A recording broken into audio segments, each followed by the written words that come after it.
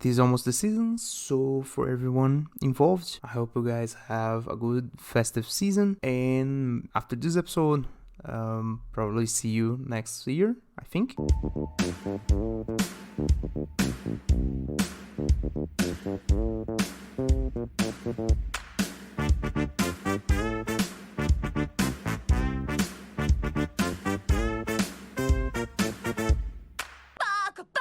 Hello everyone, welcome to the Weeb Initiative. I'm your host, the Weeb. This is the show where every other week I'll be talking about anime, manga, and everything in between.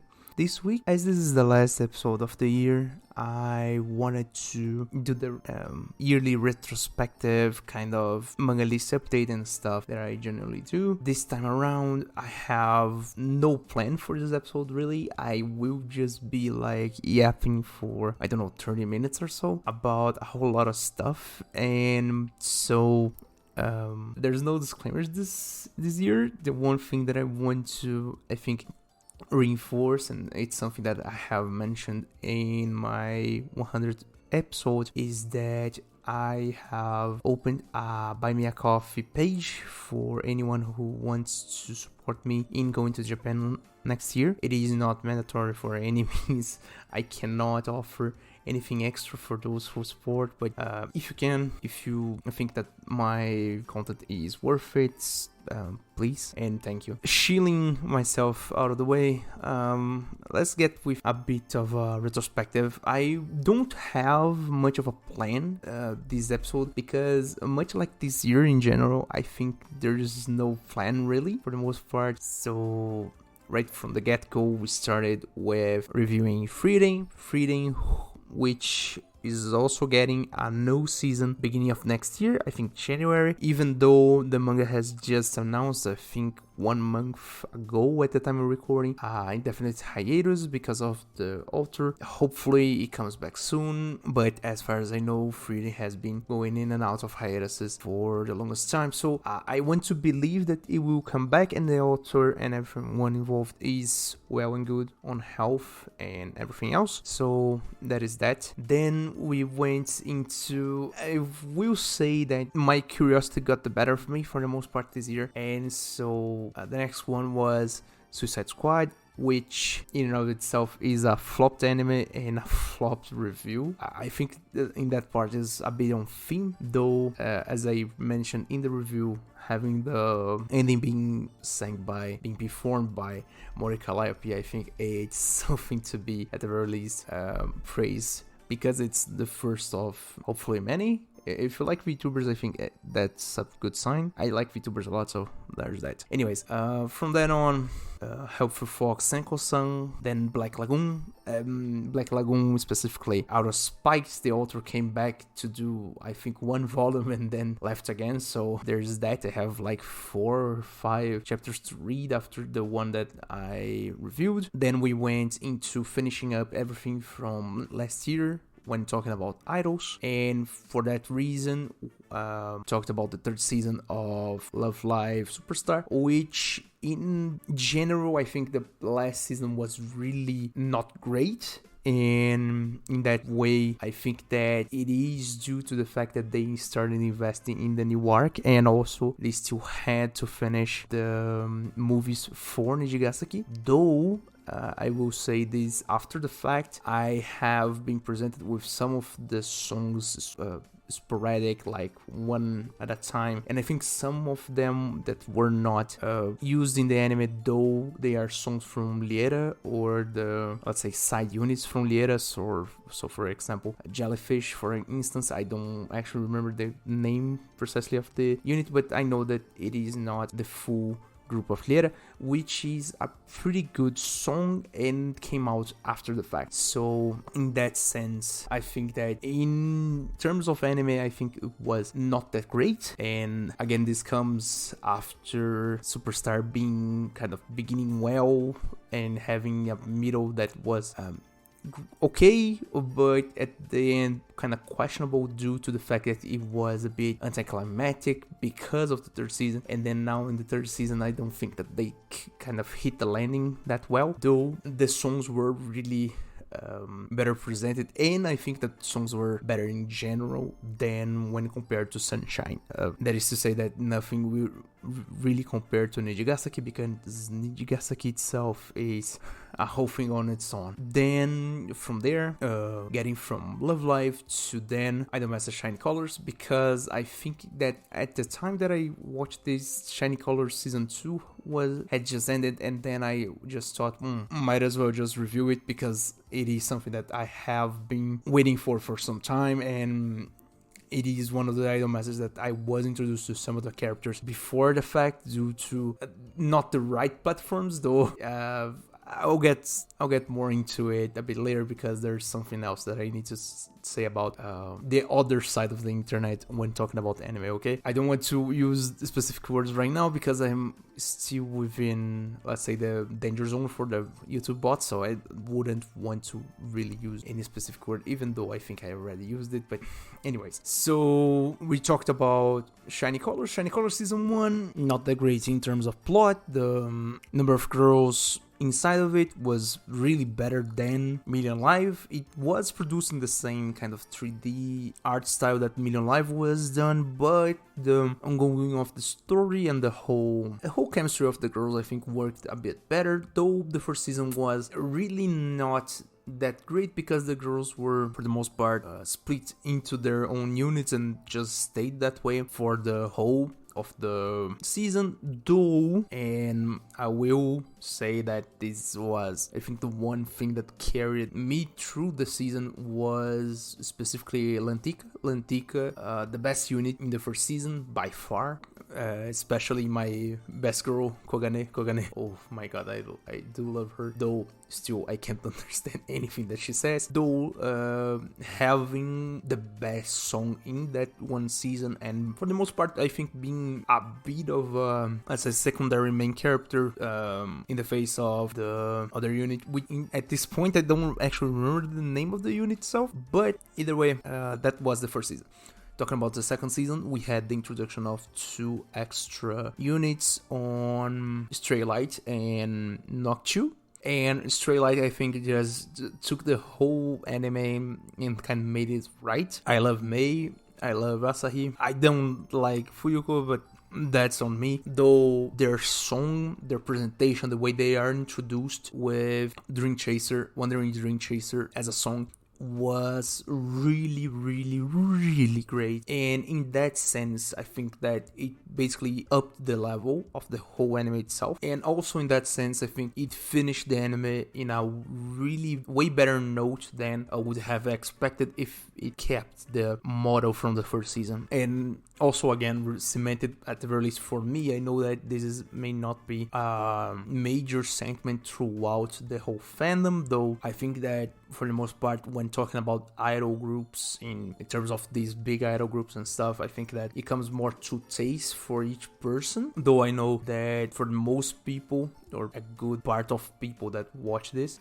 Million Live may have been better than Shiny Colors, though I still think that this sentiment is due to Million Live being kind of the canon continuation of the original. Then again, there's no problem with it, though for me this is better than Million Live. Then we went back to the GOAT with the release of the digital copy of the first movie of Nijigasaki, Love Live Nijigasaki Final Chapter Part 1. Oh my god, what a great movie. What a great movie. It's been so long since I watched a movie like 3 or 4 times back to back in like the same week or something. And oh my god, what a great, comfy movie. It feels so great. And I think this is a combination of a whole lot of things. First, I love Live, Nijigasaki specifically, because of the girls, the chemistry that they have and stuff. And I do love it also because it is so well done, so well presented. It feels like Cinderella Girls in Love Live, and it is done in such a beautiful, nice presentation that it just feels right to watch it. married to that, the fact that the songs for this movie are such bangers. There is no song that is not great. All of the songs shine through. All of the girls put themselves out there. It is really, really nice, and I really recommend to anyone that likes idols and stuff to watch this. It is such a great movie to watch. I know, and this is already adding to a few things in the future that I want to talk about, but right about this time, I think that the movie may have already been released in Japan. If not, it will be released shortly in Japan for the part 2, which has already been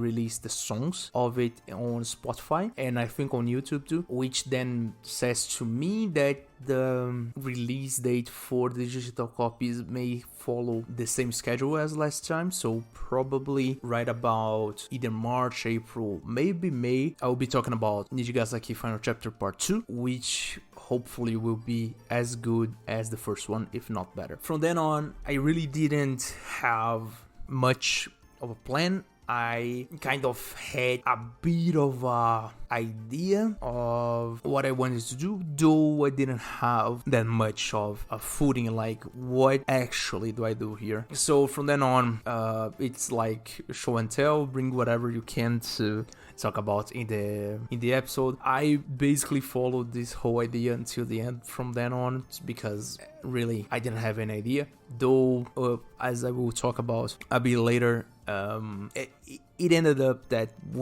I found my footing, let's say. From then on, reviewing Tomodachi Game, as I talked about in the review, I think it's the weakest of the Yamaguchi Mikoto's works, so I think that he, at this point, is working strictly with the continuation and ending of Game of Familia. If I'm not mistaken, I don't think that he started something new. I have not seen anything around it, so I think that with Tomodachi Game finishing, he may be working on his last few chapters of the other manga, because I think that Tomaroa also ended, so if I'm not mistaken, don't quote me on that, I think at this point in time he's only working with Game of Familia, though he can always start something new. He's the guy that keeps on working on multiple projects at the same time, so something, let's see what he comes up for his next work. Then I wanted to give a bit of a look into both Samurai Champloo and in turn Cowboy Bebop, which were animes that at that point I haven't watched yet, and I'm pretty happy that I did, because Samurai Champloo, for one, I will talk a bit more about it later, but Samurai Champloo really did like tick on my interest for feudal Japan and Japan as a whole in a very specific way in terms of experience. Again, I will talk a bit more about it a bit later, though as I think I mentioned in the review, the ending, Shikiro Ota, is always a song that has been with me for a long time, even really before I started this podcast. So for me, I knew that the song was from there, but I never actually sat down to watch it. And now that I sat down to watch it, I really think that the anime itself lends itself to the song, and the song itself really fits the idea of the anime. Then talking about Bebop is, I don't really have anything to add to saying that Bebop's good, because Bebop's good and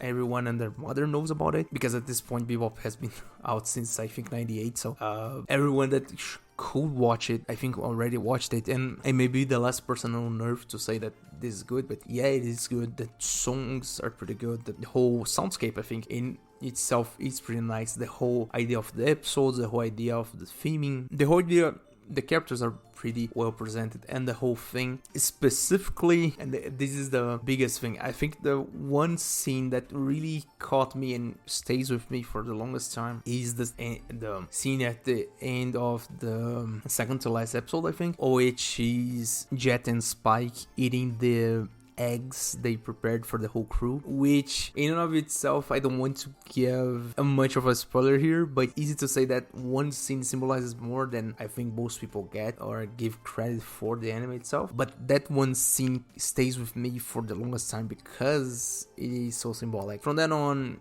talking about Code Geass, the 2 seasons, I chose to not talk about the films, not the, let's say, the canon films, because I don't like the rewriting that they did for the most part, because I think that they needed to commit to the beat that they wrote at the beginning, and I think that for the most part the rewriting was just fan service to cushion the blow, which I don't like in any form, so that's that. Then I went out, touched some grass, and went to the cinema to actually watch Colorful Stage, Amigo Who Can't Sing, which was, oh my god, how can I say that? It is so unbelievably cute. Like, actual tears coming out in the middle of the movie. Like, oh my god, it is so cute. Though, and this is me before getting into the second note, you do need to get the whole of the cutscenes from Colorful Stage, the game, to actually get the idea behind the movie, because the movie basically is the continuation of the story of the game, and if you don't know the story of the game, you don't kind of get much of what the hell is happening. You can kind of watch it and more or less wing it and kind of understand how of it, which in and of itself is not that detrimental to the whole overall plot, because the plot, I think it's pretty self-explanatory, though I would suggest that everyone at the release look into the story of the game to then watch the movie and then actually get at the very least the whole concept of what the hell is going on. That being said, the movie itself is pretty good. All of the songs pretty good. Special shout out to the last song in the movie, Hello Sekai, which just destroyed me. I cried so much on that because the visuals plus the song, oh my god, so cute. Then going into the spin-off for Code Geass Akito the Exiled, which was okay, there's that. From then on, I really did find my footing, and that was when the horses attacked. Ah, my god, man. So this is something that I wanted to put off talking about a bit at the beginning of the episode, because I think that, and this is a thing compared to last year that I cannot kind of replicate, but I will say that for the most part, I don't actually remember much of anything actually happening this year. I don't know if anyone else has that same feeling, but I think that nothing really that strong happened this year. I mean, obviously, the fight now, for the most part, I think, has become everyone against AI for the most part. I'm not 100% against AI in some cases, but I get the vibe where you come from when you are 100% against AI, and I understand that. And frankly, if I'm talking pretty honestly, personally about this, I think AI is kind of a bubble. I don't know when it will kind of pop, but I think it's kind of bubbling right now. The thing is, right, so due to the fact that everyone's against AI, I think the whole year has been everybody against AI, or those who support it, and so on and so forth. And for the most part, I don't think that anything really big happened like last year. I don't think that, I mean, we did have some announcements for new stuff. We did have the release after, 14 years of the second season of Painting and Stalking. It was a great success. I hope that Trigger can make up all of the profit that they can with it. I know that I have myself ordered a pair of figurines of Painting and Stalking in the transformation phase, and also we did have the announcement of a whole slew of new mangas, animes and stuff, movies. Gate season 2 for some reason. Devil is a part-timer season 2 after whatever time it has. Like, I think it was this year, may be wrong, but I will assume that it was this year. And a whole lot of other things that were really good that happened, but nothing really reached the magnitude of Uma Musume. And on that same, let's say, on that same note, in terms of negative things that happened this year, we did have a whole lot of bad announcements and hiatuses, a whole lot of personnel from the industry that we lost this year, and my sentiments to all of the families and stuff. But at the same time, again, nothing really compared, I think, in my opinion, to 2024, because I mean, I think the biggest thing that I can at the least remember from this year were things that happened kind of recently on the new takedowns for piracy sites for both manga and anime, because lo and behold, one more year where piracy sites are mogging Crunchyroll on number of active users. Why would you think that? Because streaming services are really nuts right now with their pricing, so that's only natural to people to do. And also now we have multiple lawsuits coming from Japan to actually take down, or at the very least limit, the training data sets that AI models use, though how that will realize and how that will actually be implemented, if it ever does, is kind of really murky at this point, because I think that most people don't actually understand how AI works for the most part in a deeper level enough to know the ramifications of this. And also because me myself, I'm not a specialist. Don't think that I am saying that I'm a specialist, but I think that a whole lot of things that happen to 2025 is basically set up to the next years. I think that the actual answers that we are seeking may come in the next year, if not the one after it, because then we will have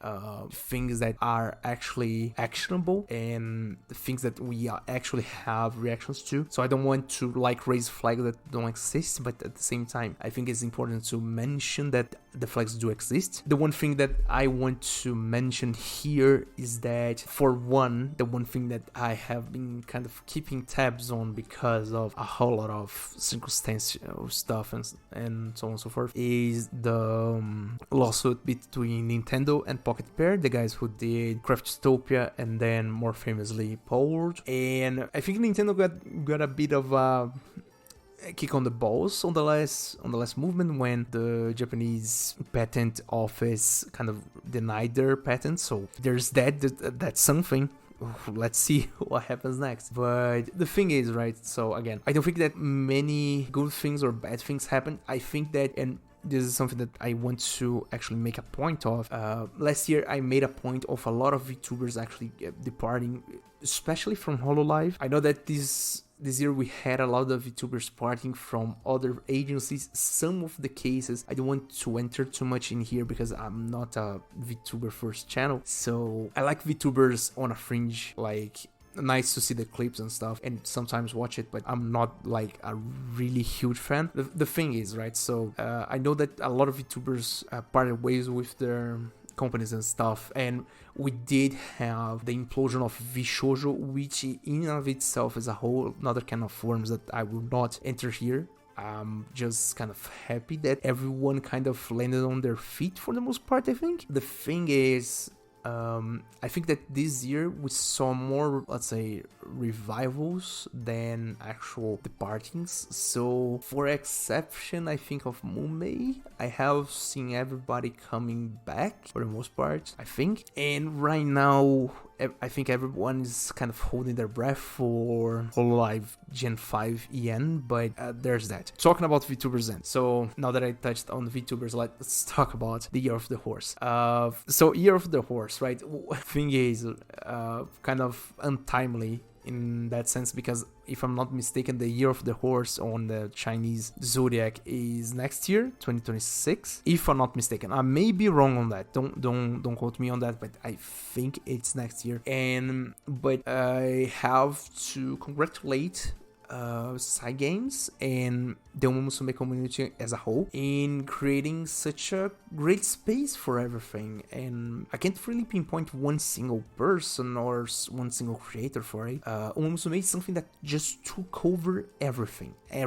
All of my algorithms in all of my social media, be it on my main, on my alt, be it on my friends' accounts or something. Uma Musume has taken over everything, and in many ways I think that it is a really remarkable thing that one single game just did so much good to a whole industry that was for the longest time such a niche. I mean, obviously it will enter that phase where there's a lot of people and everything is really full of people and maybe full of tourists. At the very least, from what I have heard since the release of the global and stuff, attendance at horse races in general has upped a lot. But for the most part, it doesn't seem like anyone has done anything stupid as of yet, at the time of recording at the very least. So hopefully until this episode can come out in both podcast and video form. Hopefully I can get this video form before the end of the year, hopefully. And from what I have heard, all of the Uma Musume fans are really great with everything. So for all intents and purposes, I think that Uma Musume really did a great job on breathing life on a really niche, and I think for the most part a kind of a dying industry. I know that if we enter in the ethics of thoroughbred horses and stuff, this may not come out as good, but I think that for the most part we can say that it was pretty good for horse racing in general. That being said, talking about anime in the game, I don't play the game. I personally don't play the game. A lot of my friends do play the game and want me to play the game, though I would be... It's not on my to-do list. I don't play gachas for the most part anymore. I kind of purged everything that was kind of a gacha from my life back in 2024, and for the most part I even kind of stopped playing Girls Line, either one or two altogether because of it. Not because I was spending too much money, but because the gameplay itself didn't fulfill the things that I wanted to fulfill, because I don't want a time sink. I want a game that I can actually play, and for the most part it didn't really challenge me enough to do that. I say that as I have downloaded Balatro to my cell phone, so there's that. That is to say that Balatro does challenge me, but it has become a time sink. I mean, Balatro is great. Anyways, that's not the point. The thing is, right, so I don't play the game. I appreciate everyone that plays. I do love the fact that the game is so well made, and it is in many ways really, really interactive, really great. It does not feel like a fucking cash grab for once. Though I would say that for the most part, the odds don't seem that nice in some cases. I have seen my friends kind of try to open who was the latest banner? I don't actually remember, but I know for a fact that one of my friends was really working for Baruzansky's Summer, and when he actually did get the banner, he got Spechan, and oh my god, he has not recovered from that ever since. Anyways, that's not the point. The thing is, right, the game is pretty good. I don't think that it doesn't seem like a cash grab, all things considered, so for that reason I think that it is okay. Talking about the anime, I did everything that I could review. I did, from Pretty Derby season 1 to 3, BMW, that is the specials for Pretty Derby, Road to the Top, the movie, not the mini series or whatever you want to call it. The movie is really well done, and then I think The Crown Jewel, even better than, in some ways, better than Cinderella Grey, Beginning of a New Era. Beginning of a New Era, I think, was such a great movie, all things considered. It is such a, oh my god, such a powerful thing. It's so well done, and this already leads me to the next thing. Next year, I don't know if the first review or one of the first, but not really the first, will probably be the second season of Cinderella Grey. I don't know if it will have a third season, but if it does, we'll be there when you get there. From then on, Musume, I think for me at the very least, will be kind of something that I will see sometimes, and something that I want to make a point to, talking about the community of Musume, not only the anime, though the anime itself has really nice animation. I'm mainly talking about then the movies and Cinderella Grey. The animation is pretty great, the songs are pretty nice. The one song that I will stay with me forever and ever is Winning the Soul from the second season of Pretty Derby. That song performed by Machiko or Tokaiteo. Tokaiteo, best girl. Second best girl is Kita-san Black. This is on me. Some people may disagree on me. I know that for the game, the characterization of Teo is not the same as the anime, though again, I think as I talked with idols, I think it's a bit off taste, and for the most part I think the second season really took me by the balls and just said, yeah, this is the anime that you're going to love this year. And this is something that has kept me up for a bit, that oh my god, that second season was really great, bro. It is really sad, but oh my god, it's pretty great. I was talking to one friend last weekend. Oh my god, man, we're reminiscing about the whole thing. That one scene with when shit hits the fan for McQueen, that hits really hard. It is really uncomfortable to watch. It is really strong, but oh my god, it's fucking well written. It's really well written. Anyways, so talking about the community, I want to say thank you to everyone in the community in general, from the guys who do the fan art, to the guys who do the memes, the guys who draw those kind of more fried memes that are really simple, though they're pretty cute on their own thing. To everyone for since Harurara has passed, the whole thing has been so nice. And I will say, okay, I will try to find the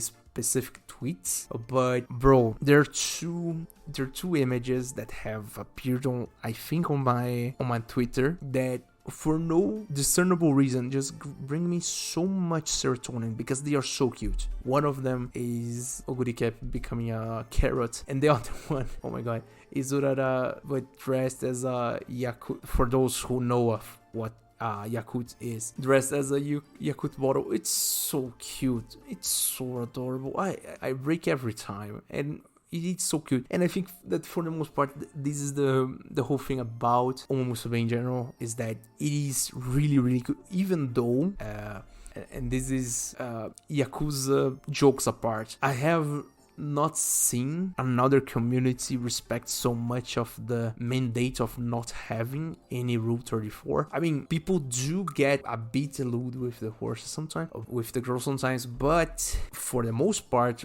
actual like hentai about it is not something that I have seen much, which then leaves me to say that it is really nice to see that the community kind of respect the idea of the studio of not having any smut. I wouldn't say that I wouldn't want if it had been released, but I like the fact that people can keep their self-control on that front. Then again, this is a series that I prefer to remember it by how cute it is than how lewd it gets, because frankly they do know what they're doing. So if they wanted to get really lewd, they would, i.e. the Dicta's support card. With that said, I think that's enough Umusume, okay? One more thing actually. Go to the Game Awards and vote for Best Mobile Game, Umusume. Okay, that's what I wanted to talk about. Then talk about the last few things. So then after finishing Omomusume, I did the review for Keiko no Yubi wa Monogatari, which is, I think, one of the most well-received reviews in my channel for some reason, for my channel and for the podcast as a whole. I don't understand why, and this goes to a trend that I'll talk a bit later when I finish this, but I don't understand my trends anymore. I don't understand the whole thing of what my public actually wants. And why do I say that? So for everyone that actually is watching on YouTube, if you may, when you come here from channel analytics, I think that I'm okay on showing this. You go to audience, you go to popular with different audiences. You can see that Makenki is one of the biggest things that happened in the last 28 days for my channel. And mind you, this is from 2023, I'm pretty sure at the very least. And if you see here, there's a huge slope of increase in views for no reason. And I have not done any kind of like publicity stunt or something. So then you come here and go to reach YouTube search terms, and then you look Imari animation Takeda Hiromitsu. I mean, all things considered, okay, I think that unintentionally this may be one of the top 10 reviews for Makenki on YouTube, though this search term here, Imaria the animation Takeda Hiromitsu, only reached like half of the whole tags that I added to it, because I did add Takeda Hiromitsu as a tag and stuff, but what's the rest? And then when I went to actually see about it, this is hentai. I mean, what the fuck? The guys are searching hentai on YouTube? I mean, my man, I can understand the idea, and mind you, at some point back in like, I don't know, 2007, it may have been on YouTube if it was released back then, but we are on 2025, like what the fuck. Then again, this then brings me to the whole thing that I wanted to talk about, a bit of the future. So what are the plans for next year? So in a really, let's say, unwise idea, and this will not be the first review of the year because I think it may be a bad omen to actually do it like this, but I will at some point review this thing because Imaria in itself is kind of a really messy kind of deal when talking about hentai itself, and I'll see how I can actually marry the fact that the episode needs to be published on all my platforms and not get TOS out of any of them. So we get there when we get there, but easy to say that this is one of the things that I have planned for next year. Though, again, I will take my own time doing this, but I will at the very least give the guys who are looking for this their fix, not in terms of actually showing the material, but in actually doing real review. I can understand why and I know that there are people on YouTube already doing reviews for hentai, but I don't know if they touched this one because from what I know, this one is kind of messy in the terms of history and stuff of why it exists and how it exists. But again, this is something that I will keep for when I do the review. The thing is, talking about actual plans for the future. So there are some things that I wanted to at the release give you the heads up, and this goes back to the fact that I was doing a bit of soul searching, let's say, for the past few weeks, where I actually went out and kind of thought about a few things and came to the following conclusion, right? So I started this whole project on the podcast and the YouTube that I actually want to one day kind of take off and stuff, but I want to do it on my own way. I don't want to kind of try to clip farm, and I know that at this point in time, 2025, it's really hard to pop off when you don't kind of do something drastic, and I don't actually want to do it because for the most part, myself, I don't like that kind of thing, so I would really want to just stay on my lane and do my thing. I don't want to do anything drastic or that may land me on jail because, again, not great. Anyways, the fact of the matter is that I do have some, let's say, other hobbies that I want to kind of incorporate here, and not that they will be like mainstays, but they are going to be like my character development a bit, so that I can at the very least kind of give a bit of an idea of things that I want to do at some point. One of the things, and this is the one thing that I would say that has kept me from working more on videos for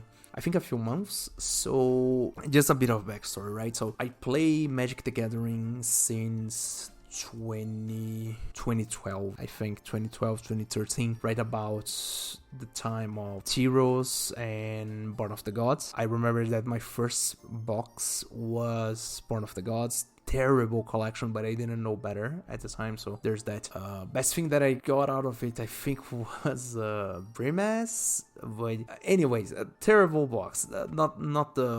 Not important right now. The idea is that I have been playing for, at this point, 13 years. Will be 14 next year. And I do play a very specific kind of Magic the Gathering. I know that for 99% of people that play MTG right now, they either play Commander or they play on Arena, Standard and stuff, though I am one of the Commander guys. And the whole thing is that I'm a paper first person, so I don't play on either Moto or Arena at all. The only thing that I play, the only card game that I play digitally is Hearthstone, and even then I play Wild, so there's that. The thing is, right, so I play paper first.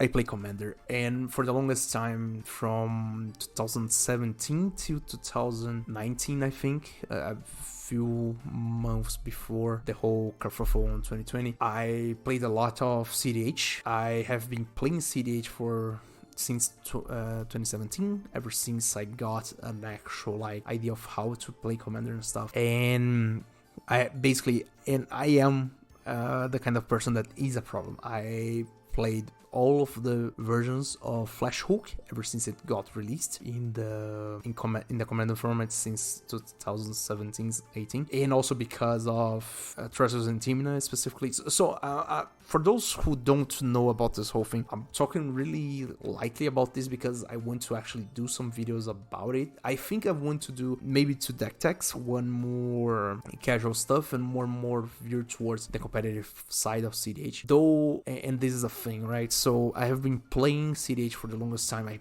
played Flash Hook, which was the boogeyman of the format for the longest time, until the point where I played Sushi Hulk, the version before the betting of Flash, for I think 2 or 3 weeks back to back, and then after that I kind of became mad with myself, and then I created anti-meta deck. But the thing is, right, so I have been playing CDH for the longest time, and ever since I returned playing since I think last year, I have kind of stepped down from playing CDH because it has become really stale in terms of format, and because every single game and deck is mostly the same. I know that this because everything now is Grixis whatever or some kind of blue farm, but I know that there are some other stuff that you can do, but for the most part the base is the same.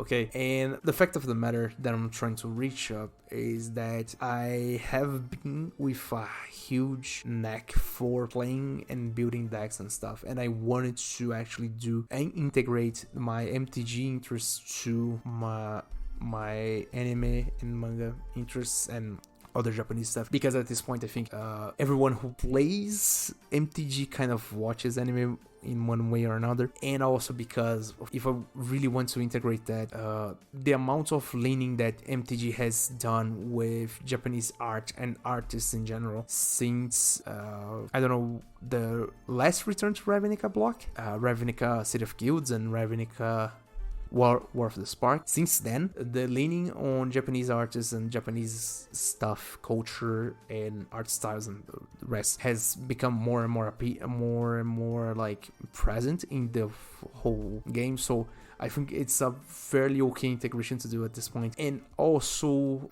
already adding to the things that I want to integrate, I want to at some point do an integration with D&D, because it's something that I play every week with some friends, and I really wanted to at least try some time to actually do something about it and talk a bit more about RPGs and TTRPGs in general, because I think it's it is really nice in a way. I did play a bit of Cyberpunk, though Cyberpunk was not something that my play group was too thrilled about, even though I have the books and stuff, including the Edgerunner mission kit and the rest of it. But even then, the fact of the matter is I want to integrate more of my other hobbies here. And again, this is going to be a bit more of character development for the people who want to maybe know a bit more about me, because, and this is the big thing, next year, as I already mentioned, from the beginning of August, I'm planning on going to Japan, and in there I want to record some content, not making any big fuss, because I don't want to be compared to most kick streamers who do jack shit and become the reason why Japanese people don't like tourists. So there's that. I'm not calling out anyone in general, but the amount of clips that have seen since starting to research and look for flights and stuff, I don't want to do I don't want to do anything big. I just want to do my own thing on recording the things that I want to do in Japan. For the most part, I will brief a bit about here, and as the time goes on and when the actual time comes, I want to actually do a guide for my specific travel itinerary, because I can say with 100% certainty it is not the normal things that you do when you go to Japan for the first time. I know that for some people it may not look the most appealing itinerary, it may not look the best activities and stuff, but for me at the very least it is really important to do the way that I want to do, because, and this is the thing, the highlight of what I want to do, I want to go to Comic-Con. I think it will be C107, so there's that. With that being said, I will basically partake in, give or take, I think 17 days in Tokyo, maybe 16, because I want to go to Kyoto at the least one day to actually kind of look into the city and stuff. But other than that, I have a whole list of different experiences, mostly buying stuff and food specifically, that I want to taste and experiment in Tokyo, specifically because of a whole lot of things. So there's that. For the most part, my plans for the travels, though, that's the main, let's say, main thing. Then already talking about the things in parallel, right? So for next year, I want to do a bit more of planning before I actually get to like the reviews, actually, because I think this year was pretty messy in terms of planning and stuff. I didn't have, I think, any pre-recorded episode in any case, and this was really stressful because I have to do some reviews like the day before, some hours before I actually publish, and in many ways this really wrecks everything on my both of my sleep and other stuff. And adding to that, and I want to say that I'm sorry for those who maybe wanted to see maybe more videos. I didn't actually get any vacation this year because I changed jobs back in March, so basically the PTO timer basically reset for me, so that's why I didn't actually get to do any kind of editing and stuff for the things that I wanted to actually get done. That being said, I hope for next year I can get this right. I will, for the time that I'm in Japan, I want to leave some things already pre-recorded so it can come out and I don't have to do anything related to it. Then already talking about some of the reviews that I have planned, there are some things that I had to push for one reason or another from this year to the next, so I think Bank Dream is one of them. I want to also do the review for Bartender, the manga, not the anime. The anime had a recent, I think last year or this year, I don't actually remember, had another remake, because I think the first anime came out in the mid 2000s, late 2000s I think. Then it had a remake, I think in the middle 2010s, and now they remade it again because it for the most part is a classic. And me already talking about some of my hobbies that I want to integrate, mixology is something that I really like, and it's not something that I do a lot, but it's something that I study from time to time. And Bartender is in of itself a really great story about how mixology and the stories behind and significance behind drinks coming to our lives. And it also inspired me for part of my trip that is going to be going to Ginza and actually going to some famous bars to actually taste something. I don't drink that much normally. I don't have a good tolerance for alcohol, though I think that the experience of going to Ginza specifically and actually tasting a Japanese highball made with Japanese whiskey is something that I really want to appreciate on the whole thing. That being said, right, so one of the things that I want to review next year is Bartender. The next one was Bank Dream. There are some other things that I think I ended up pushing for from this year, but I cannot remember them right now on top of my head, though I do have some episodes already kind of lined up because there are things that I want to talk about. I will not promise anything really, because at this point the future is kind of meh, and also because I have the whole of December to actually do everything, so there's that. And I want to once again, not really, because I always think everyone who listens and watches to these videos, everyone who subscribes to or follow or whatever in any of the platforms, but as this is the last episode of the year, I really wanted to really, and this is from the bottom of my heart, I try not to like sound like I played this up, and I'm truly not, due to the fact that everyone that has come and gone from the channel left a comment, interacted with me. I really appreciate you guys. I really think that bringing the discussion to a higher level when talking about anime and stuff is something that we need to do. It's something that really kind of grows the hobby as a whole, and I think that in general it helps create this better sense of community, to have better discussions, to have better analysis of things. I know that for some time now I have said that I want to bring the objective view of some things, and I know that this is really hard to do, and I find it hard because time and time again I see that I myself am not objective for some things, but it is something that I want to try and bring more discussion on. I think that bringing discussion and bringing a higher level of thinking on terms of anime, manga and everything is what brings up the hobby and brings up the community to a higher level. So for everyone that interacted, for everyone that listened to, that watched, that everyone that came around and actually stayed to hear a bit what I have to say about this whole thing that I want to present here, thank you a lot. Thanks for the support, and I think that's about it. So again, thank you guys for listening, thank you guys for watching. Please like, please share, please follow, depending on the platform I'm in, and I hope you stick around for next time. Bye.